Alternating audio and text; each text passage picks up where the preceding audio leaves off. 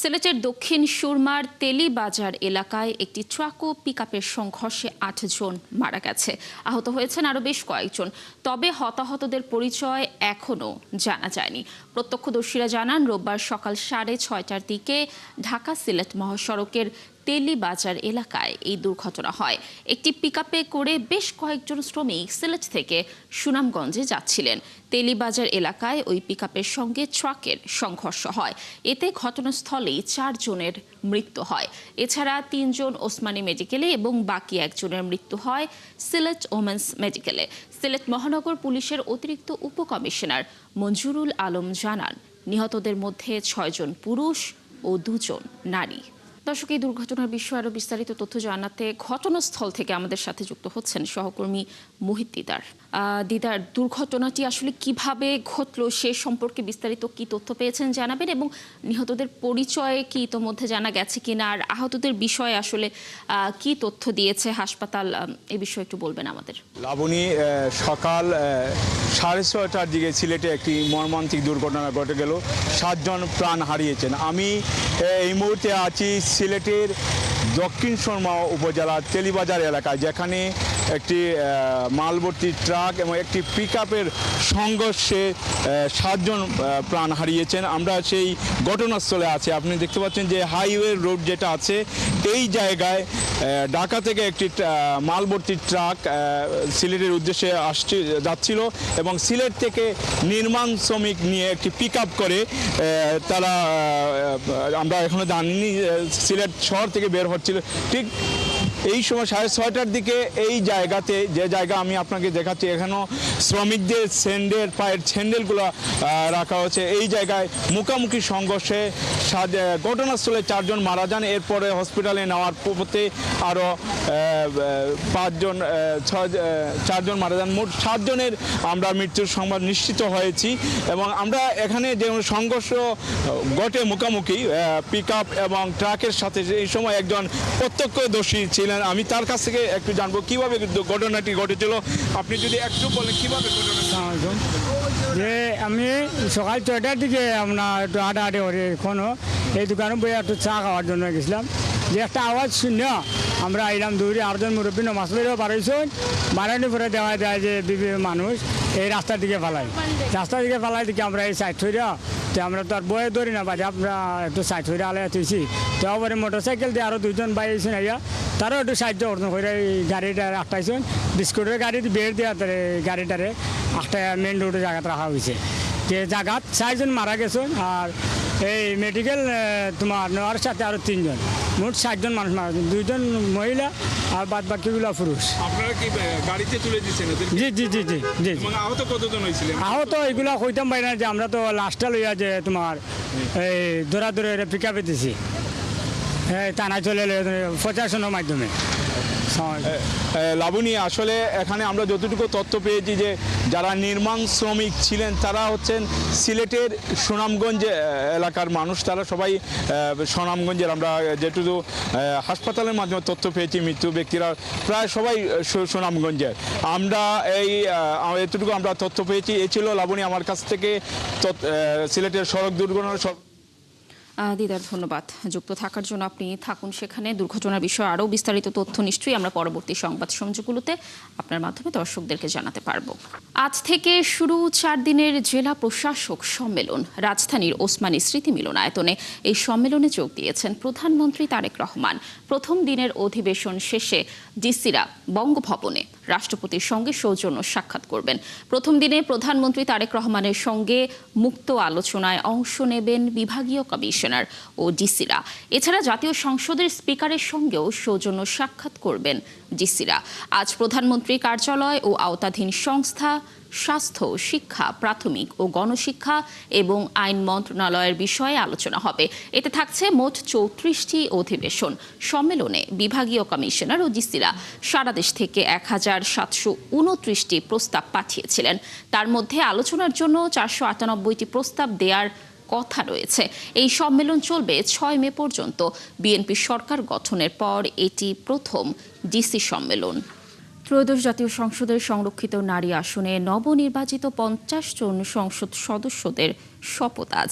নবনির্বাচিত সদস্যদের শপথ পড়াবেন স্পিকার অবসরপ্রাপ্ত মেজর হাফিজউদ্দিন আহমদ। রাত 9টায় জাতীয় সংসদ ভবনের শপথ কক্ষে এই অনুষ্ঠান হবে। এদিকে জাতীয় নাগরিক পার্টি এনসিপির মনোনীত নুসরাত তাবাসসুমের মনোনয়নপত্র প্রথমে বাতিল হলেও আজ শনিবার তা বৈধ ঘোষণা করা হয়।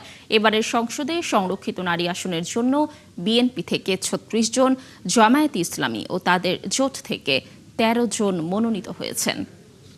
তথ্য মন্ত্রণালয় গণমাধ্যমের স্বাধীনতা নিশ্চিতের চেষ্টা করছে বলে জানালেন তথ্যমন্ত্রী জহিরুদ্দিন স্বপন। বিশ্ব মুক্ত গণমাধ্যম দিবসের উদ্বোধনী আয়োজনে একথা বলেন তিনি। নির্বাচনের আগে গণমাধ্যমের জন্য তৈরি কাঠামো বাস্তবায়নে প্রধানমন্ত্রীর নির্দেশনা আছে বলেও জানান তিনি। রাজধানীর অফিসার্স ক্লাব থেকে তথ্য ভবন অভিমুখে র্যালির উদ্বোধনীতে মন্ত্রী আরও জানান, চিন্তা, চেতনা ও মননে গণমাধ্যমের স্বাধীনতা নিশ্চিত করতে চান তারা। জবাবদিহির সংস্কৃতি প্রতিষ্ঠার প্রধান সহযাত্রী স্বাধীন ও দায়িত্বশীল গণমাধ্যম, এই প্রতিপাদ্যকে সামনে রেখে এবার পালিত হচ্ছে দিবসটি। বিভিন্ন অংশীজনদের সঙ্গে নিয়ে মুক্ত গণমাধ্যম দিবস আয়োজন সফল করার জন্য গণমাধ্যম কর্মীদের ধন্যবাদ জানান তথ্যমন্ত্রী। এই দিবসটি উদযাপন করার মধ্য দিয়ে আমরা জাতিকে এই বার্তা দিতে চাই, আমাদের সরকার নির্বাচনের আগে গণমাধ্যমের স্বাধীনতা এবং দায়িত্বশীলতার যে কাঠামো তৈরি করার প্রতিশ্রুতি দিয়েছিল, আমরা আমাদের সেই কাজে তথ্য মন্ত্রণালয়ের পক্ষ থেকে সমস্ত পদক্ষেপ গ্রহণ করেছি। ইতিমধ্যেই মাননীয় প্রধানমন্ত্রীর সঙ্গে আমাদের এই মন্ত্রণালয়ের যতবার কথা হয়েছে, আমরা তার কাছ থেকে যে নির্দেশনা পেয়েছি সেই অনুযায়ী আমরা আমাদের প্রতিটি প্রতিশ্রুতিকে বাস্তবায়ন করার বিভিন্ন পরিকল্পনা গ্রহণ করে চলছি। আব্দুর রহিম ভূঁইয়াকে কেন্দ্রীয় সংসদের সাধারণ সম্পাদক এবং শামীম মাহমুদকে ঢাকা মহানগর দক্ষিণের সভাপতি করে কয়েক জেলায় পূর্ণাঙ্গ কমিটি ঘোষণা করেছে ছাত্রদল। এর মধ্যে ঢাকা মহানগর উত্তর, দক্ষিণ ও পূর্ব ও পশ্চিম ছাত্রদলের পূর্ণাঙ্গ কমিটি ঘোষণা করা হয়েছে। এছাড়াও বেশ কয়েকটি জেলায় পূর্ণাঙ্গ কমিটি ঘোষণা করেছে ছাত্রদল। এসব কমিটির মধ্যে কয়েকটি নতুন এবং বাকিগুলো পূর্ণাঙ্গ, আংশিক পূর্ণাঙ্গ ও বর্ধিত করা হয়েছে। শনিবার কেন্দ্রীয় ছাত্রদলের সভাপতি রাকিবুল ইসলাম ও সাধারণ সম্পাদক নাসির উদ্দিনের সই করা আলাদা বিজ্ঞপ্তিতে এসব কমিটি অনুমোদন করা হয়। পাহাড়ি ঢল ও ভারী বৃষ্টিতে হাওড়াঞ্চল প্লাবিত হয়েছে। তলিয়ে গেছে বহু জমির ফসল, পাকা ধান ডুবছে পানিতে। এরই মধ্যে মাঝে মাঝে বৃষ্টিপাতে কৃষকের সংখ্যা আরও বাড়িয়ে তুলছে। নেত্রকোনার মোহনগঞ্জে রয়েছেন আমাদের সহকর্মী মোহন ইসলাম, সেখানকার পরিস্থিতি তার কাছ থেকে জেনে নেব। মোহন, দর্শকদেরকে জানাচ্ছিলাম যে হাওড়া অঞ্চল তো প্লাবিত হয়েছে ভারী বৃষ্টিতে। আপনি যেখানে রয়েছেন সেখানকার পরিস্থিতির বিষয়ে একটু আমাদের বিস্তারিত জানাবেন। আর কৃষকরা কি ধান কাটতে পারছে কিনা, আর যেই ধান তোলা হচ্ছে সেগুলোর কি ব্যবস্থা নিচ্ছেন তারা, জানাবেন আমাদের। লাবণী, এইখানে যে হাওর তলিয়ে গিয়েছে, ধান নষ্ট হয়েছে, সেই ধান তোলার আর কোনো উপক্রম নেই বা সেই ধান তোলার জন্য খুব বেশি কৃষক চেষ্টাও করছেন না। অল্প কয়েকজন কৃষক চেষ্টা করছেন, যদিও সেই ধানগুলো তুলে আসলে তারা কোন কাজে ব্যবহার করবেন সেই জিনিসটি নিয়েও তারা এক ধরনের কনফিউশনের মধ্যে আছে। তো আমি একটা জিনিস আজকে দেখাই আপনাকে, যে শুধুমাত্র হাওড় অঞ্চলে প্লাবিত হয়ে ধান নষ্ট হয়ে গিয়েছে, কিন্তু যে অল্প ধান তোলা হয়েছিল সেই ধানগুলোকে প্রপারলি বাজারজাত করার জন্য যে সড়ক ব্যবস্থা থাকার কথা রয়েছে, সেই সড়ক ব্যবস্থার বেহাল দশা কিন্তু এই হাওড় অঞ্চলে। এটি মোহনগঞ্জ নেত্রকোনা জেলার, এবং এই যে সড়কটি আমরা দেখাচ্ছি, এই সড়কটি তেঁতুলিয়া ইউনিয়ন থেকে গাগলাজুর ইউনিয়ন, দুইটি ইউনিয়নের মধ্যে এটা সংযোগ স্থাপন করেছে এবং একটি দীর্ঘ একটি হাওরের মধ্য দিয়ে রাস্তা।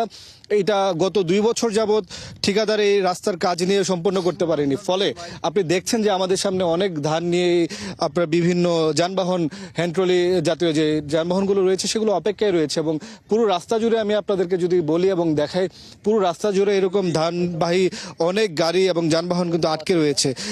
সঠিকভাবে রাস্তার ভাঙা এবং এই যাতায়াত ব্যবস্থার বেহাত দশার জন্য তারা কিন্তু সেই ধানগুলো উপজেলা শহর, জেলা শহরে নিয়ে যেতে পারছেন না। ফলে কৃষকরা তো একে আপনার যে বন্যা, আগাম বন্যা বা যে প্লাবনের জন্য যে ক্ষতিগ্রস্ত হয়েছে, পাশাপাশি তারা সঠিকভাবে বাজারজাত না করার কারণে আরও বেশি ক্ষতিগ্রস্ত হচ্ছে।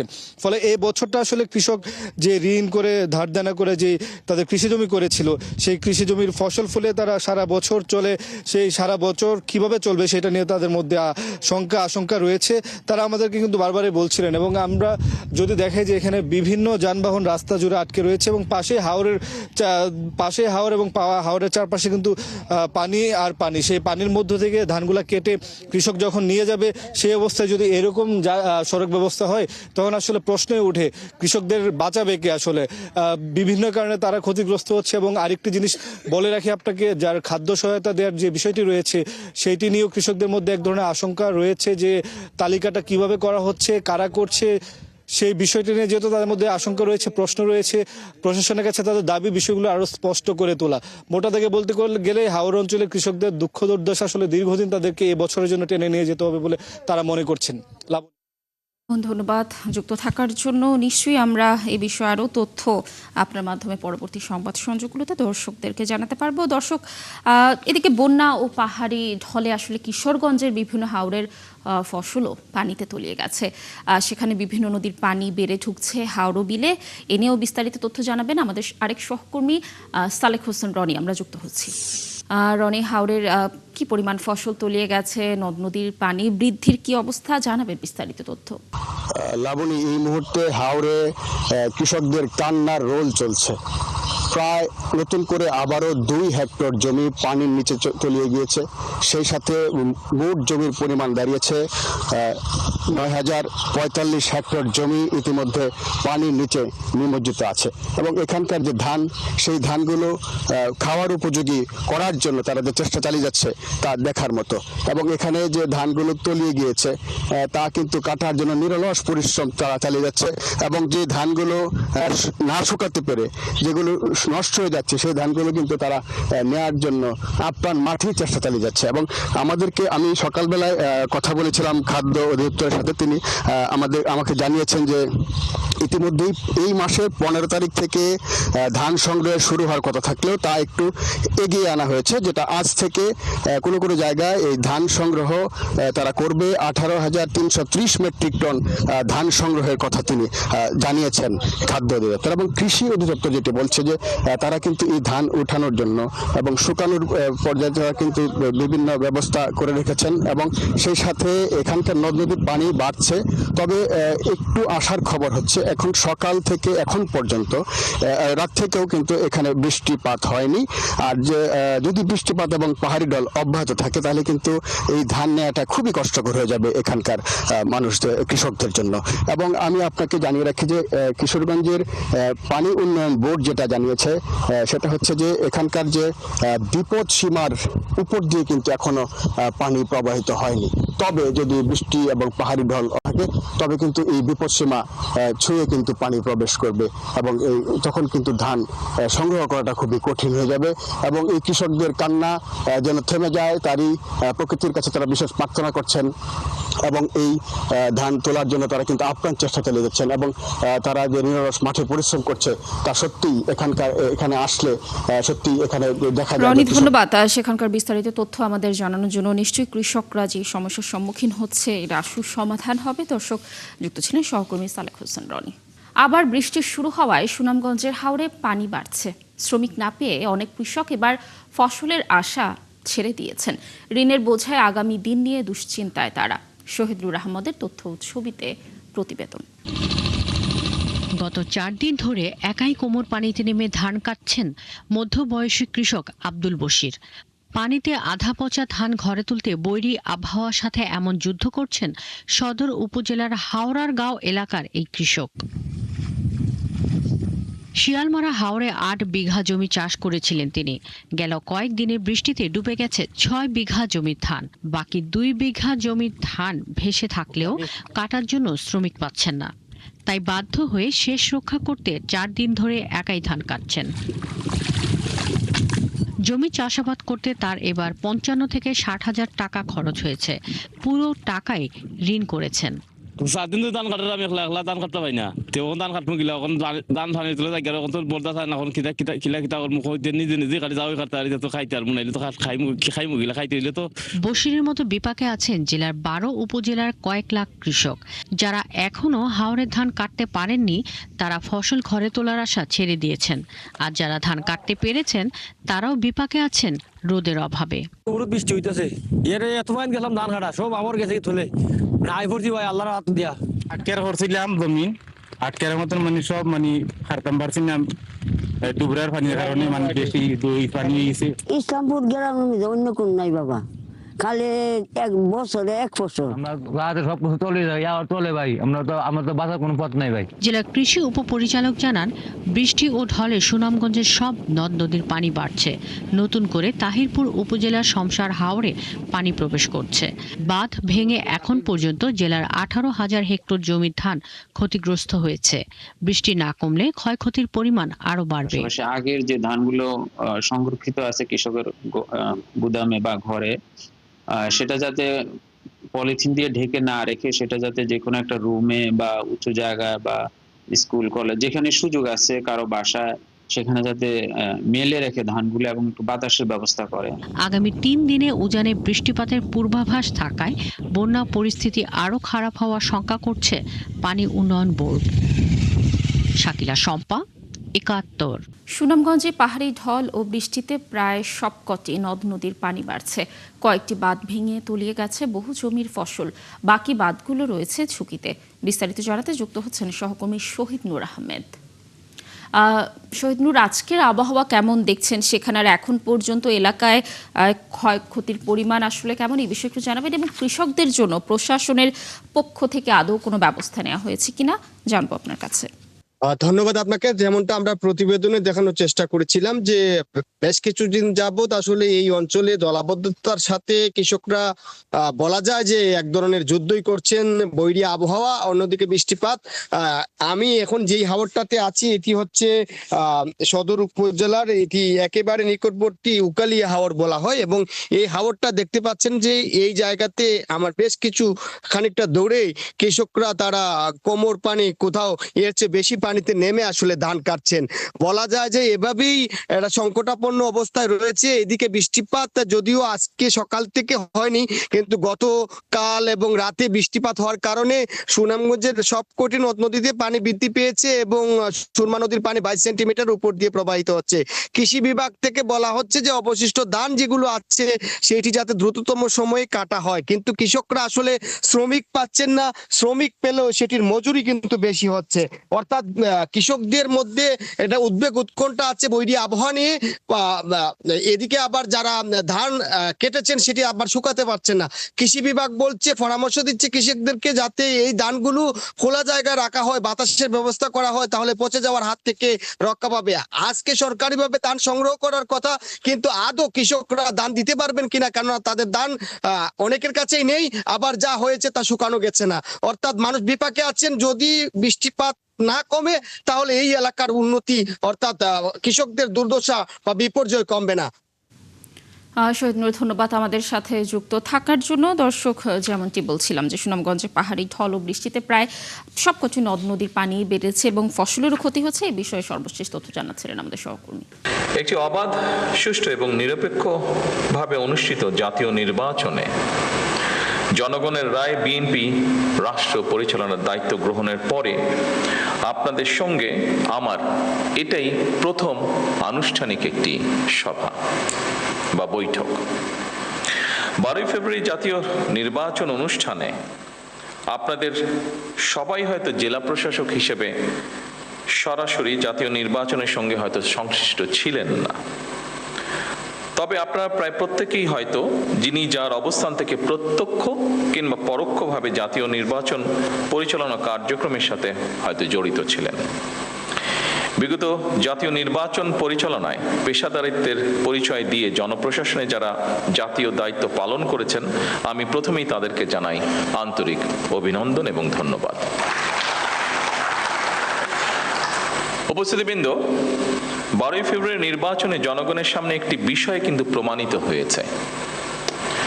জনরায়ের প্রতিফলন ঘটে জনপ্রশাসনের পক্ষে সুষ্ঠু নির্বাচন পরিচালনা করা সম্ভব।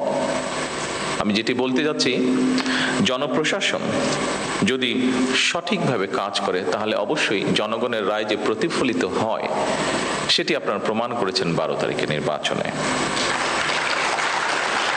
অপরদিকে যদি আপনাদেরকে কাজ করতে না দেওয়া হয় তাহলে কি হতে পারে সেটি আমরা 14, 18 বা 24-এ দেখেছি। আমি সেই ডিটেইলে গেলাম না।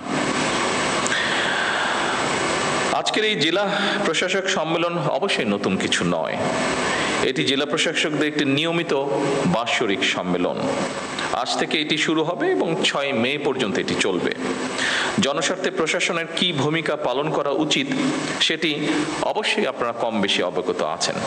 এটি নিয়েও বোধহয় নতুন করে বিস্তারিত কিছু বলার নেই। তবে এটি যেহেতু বর্তমান গণতান্ত্রিক সরকারের সঙ্গে আপনাদের প্রথম আনুষ্ঠানিক বৈঠক, সেহেতু সরকারের গৃহীত নীতিমালা এবং জনপ্রশাসন সম্পর্কে সরকারের কিছু পদক্ষেপ বা পর্যবেক্ষণ এবং নির্দেশনা নিয়ে মূলত আমি আপনাদের সামনে কয়েকটি কথা তুলে ধরতে চাই বা বলতে চাই। একটি দেশের জনপ্রশাসনে পদোন্নতি কিংবা পোস্টিং এর জন্য যতগুলি প্রশাসনিক পদ রয়েছে প্রতিটি পদই রাষ্ট্র এবং সরকারের জন্য অবশ্যই প্রয়োজনীয় এবং গুরুত্বপূর্ণ। সুতরাং শুধুমাত্র পদোন্নতি কিংবা নিজেদের পছন্দের জায়গায় পোস্টিং এর জন্য পেশাদারিত্বের সঙ্গে আপোষ করলে সংশ্লিষ্ট কর্মকর্তারা সাময়িকভাবে হয়তো লাভবান হতে পারেন, তবে সেটি আমি ব্যক্তিগতভাবে যেটা মনে করি, তবে সেটি বা সার্বিকভাবে জনপ্রশাসনের দক্ষতা এবং নিরপেক্ষতার উপরে একটা নেতিবাচক প্রভাব ফেলে। সুতরাং জনপ্রশাসনের কর্মকর্তাদের সব পদেই কাজ করার মানসিকতা থাকা জরুরি। কেন জরুরি আমি এক্ষুনি আপনাদের সামনে সেটি বলবো। সবসময় নিজেদের পছন্দের পদে পদায়ন কিংবা পোস্টিং পাওয়ার মানসিকতাই কিন্তু জনপ্রশাসনকে হয়তোবা দুর্নীতিপরায়ণ এবং অপেশাদার করে তোলার অন্যতম একটি কারণ। এটি আমি মনে করি এইভাবে, বিষয়টিকে আমি এভাবে দেখি। আমার ধারণা এই পর্যবেক্ষণের সাথে আপনারা অনেকেই, সবাই না হলে অনেকেই বোধহয় খুব একটা দ্বিমত পোষণ করবেন না, বিশেষ করে যারা প্রফেশনাল আপনারা। সুতরাং আপনাদের প্রতি আমার বিশেষ আহ্বান থাকবে, জনপ্রশাসনের প্রতিটি পদকে গুরুত্বপূর্ণ এবং অনিবার্য ভাবুন। দেশের যে কোনো স্থানেই যে কোনো সময় জনপ্রশাসনের যে কোনো পদে দায়িত্ব পালনের জন্য নিজেদেরকে দয়া করে মানসিকভাবে প্রস্তুত করে রাখুন। যে কারণে আমি কথাটি বলেছি সেই কারণটি হচ্ছে, দেখুন আমরা সকলেই যদি একটি কথা মনে রাখি, সেটি হচ্ছে একটি সরকার যেরকম চিরস্থায়ী নয়, জনপ্রশাসনের কোনো পদ কারো জন্য চিরস্থায়ী নয়। এই জন্যই আমি পূর্বের কথাটি বলেছি আপনাদের সামনে।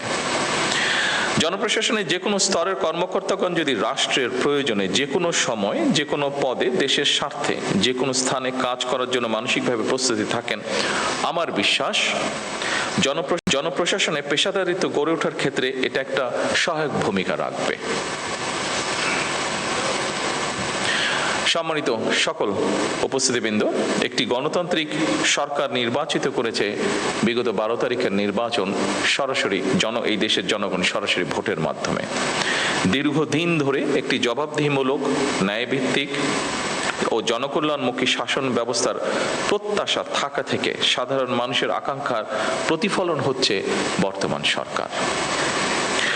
স্বাভাবিকভাবেই জনগণ সরকারের প্রতিটি কাজের মাধ্যমে তাদের আকাঙ্ক্ষার একটি বাস্তব প্রতিফলন দেখতে চাইবে।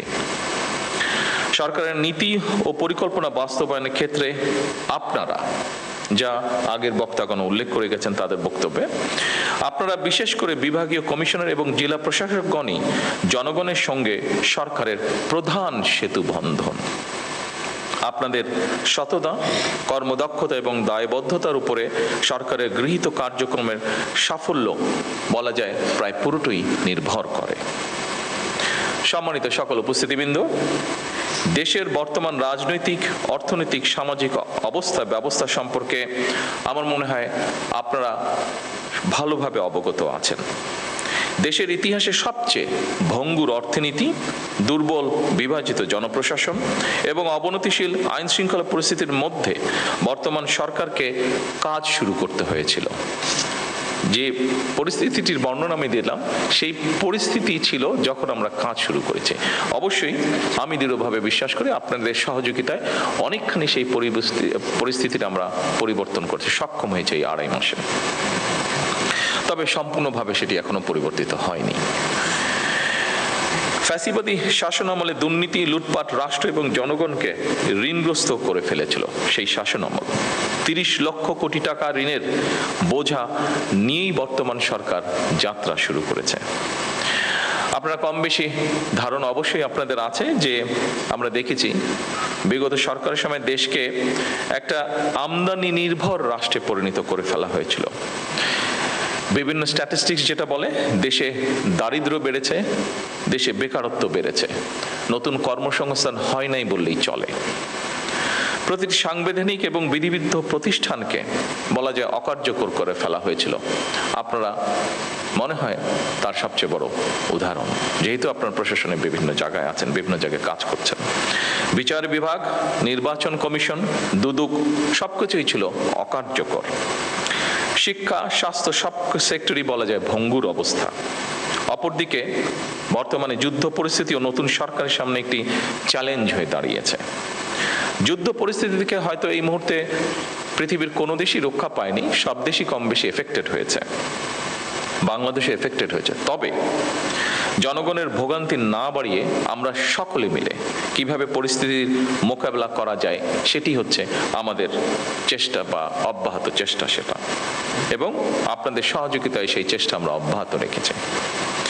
ঠিক এই পরিস্থিতি মোকাবেলা করেই কিন্তু বর্তমান সরকার দেশের আবহমান কালের ধর্মীয় সামাজিক মূল্যবোধের আলোকে একটি ন্যায়ভিত্তিক কল্যাণ রাষ্ট্র প্রতিষ্ঠা করতে চাইছি আমরা, এবং এই লক্ষ্যকে বাস্তবায়নে সরকার দেশের প্রতিটি শ্রেণী পেশার মানুষের জীবন মান উন্নয়নের বিভিন্ন পদক্ষেপের বাস্তবায়ন কাজ শুরু করেছে। সরকার ইতিমধ্যে একটি নীতিমালার ভিত্তিতে জনপ্রশাসন অর্থাৎ আপনাদের মাধ্যমেই কৃষক কার্ড, ফ্যামিলি কার্ড, স্পোর্টসের যে বিষয়টি সহ দেশে ইমাম, মুয়াজ্জিম এবং অন্যান্য ধর্মীয় গুরুদেরকেও প্রতি মাসে আমরা সম্মানের যে ব্যবস্থা করেছি সেই কার্যক্রমগুলি শুরু হয়েছে, যা শুরু করেছি আমরা আপনাদের মাধ্যমে। সম্মানিত উপস্থিতিবৃন্দ, দলমত নির্বিশেষে রাষ্ট্র সমাজের প্রত্যেকটা মানুষকে রাষ্ট্রীয় সামাজিক নিরাপত্তা বেষ্টনীর মধ্যে নিয়ে আসাই হচ্ছে আমাদের বর্তমান সরকারের লক্ষ্য। আপনারা বিধিবদ্ধ নিয়ম মেনে জনগণের জন্য সরকারের গৃহীত সেই কর্মসূচিগুলিকে সুচারিতভাবে বাস্তবায়ন করবেন, এটিই কিন্তু জনপ্রশাসনের কাছে সরকারের প্রত্যাশা। সরকারের পরিকল্পনা অনুযায়ী প্রথমে নির্ধারিত এবং নির্বাচিত প্রতিটি সেক্টরের মানুষের কাছে সরকারের গৃহীত বিভিন্ন ধরনের সহায়তা বা সহযোগিতা আপনারা দয়া করে পৌঁছে দেবেন। দেশকে বন্যা খরা থেকে মুক্ত রেখে সরকার সুষ্ঠু পানি ব্যবস্থার মাধ্যমে প্রায় সারা বছর কৃষকদের সেচ সুবিধাও নিশ্চিত করতে চায়, এবং এই লক্ষ্যেই সরকার এক্সকাভেটর যেটি আছে, মেশিনটি যেটি আছে, এটার পরিবর্তে জনগণকে যতটুকু সম্ভব সম্পৃক্ত করে সারা দেশে আমাদের যে 20,000 কিলোমিটার খাল খননের পরিকল্পনা রয়েছে আগামী 5 বছর, এই কাজটি আমরা করতে চাইছি। কারণ মেশিনের পরিবর্তে আমরা যদি যতটুকু সম্ভব মানুষকে সম্পৃক্ত করি, আমরা কৃষিপ্রধান বাংলাদেশকে পুনরায় কৃষি বিপ্লবের দিকে নিয়ে যেতে চাই। এর বাইরেও জনগণকে সম্পৃক্ত করা গেলে খাল খনন একটা সাময়িক কর্মসংস্থানেরও কিন্তু ব্যবস্থা হবে বহু মানুষের জন্য। এর বাইরেও জনগণের মধ্যে সামাজিক সংহতি এবং সম্প্রীতি সৃষ্টিতেও এই খাল খনন ভূমিকা রাখবে, যার প্রতিফলন বা যার বাস্তবায়ন আমরা অতীতেও দেখেছি, সেজন্যই আমরা এটি করতে চাইছি। সম্মানিত উপস্থিতিবৃন্দ, একটা বিষয় আমি আরেকটু পরিষ্কার করে আপনাদের সামনে তুলে ধরতে চাই। নির্বাচনী ইশতেহার এবং জনগণের সামনে স্বাক্ষরিত যে জুলাই সনদ, আমরা সেই সকল কিছুর অর্থাৎ আমাদের ম্যানিফেস্টো এবং জুলাই সনদ, এটার প্রতিটি দফা, প্রতিটি অঙ্গীকার পর্যায়ক্রমে আমরা বাস্তবায়ন করতে চাই। আমরা এই ব্যাপারে বদ্ধপরিকর।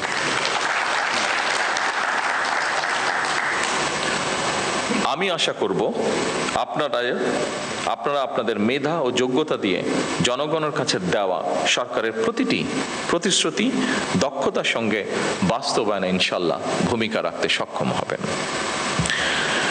সম্মানিত বিভাগীয় কমিশনার এবং জনপ্রশাসনের কর্মকর্তাবৃন্দ, আপনারা রাষ্ট্র পরিচালনায় সর্বোচ্চ প্রশাসনিক স্তরে অবস্থান করছেন। একটি শক্তিশালী, জবাবদিহিমূলক, আইনসম্মত এবং জনবান্ধব রাষ্ট্র ব্যবস্থা গড়ে তোলার ক্ষেত্রে আপনারাই হচ্ছেন কিন্তু সরকারের অন্যতম প্রধান চালিকা শক্তি। সুশাসন বর্তমান সরকারের রাষ্ট্র পরিচালনার মূল ভিত্তি আমরা করতে চাইছি। সুশাসনের জন্য প্রয়োজন দক্ষ ব্যবস্থাপনা, যোগ্য নেতৃত্ব এবং অবশ্যই জবাবদিহিতা। দুর্নীতির বিরুদ্ধে সরকারের অবস্থান পরিষ্কার, সেটি হচ্ছে আমরা কম্প্রোমাইজ করতে চাই না দুর্নীতির সাথে। প্রথম বাংলাদেশি প্রতিষ্ঠান হিসেবে মার্কিন সয়াবিন রপ্তানি কাউন্সিলের টেকসই মার্কিন সয়াবিন লেবেলের স্বীকৃতি পেয়েছে মেঘনা গ্রুপ অফ ইন্ডাস্ট্রিজ এমজিআই।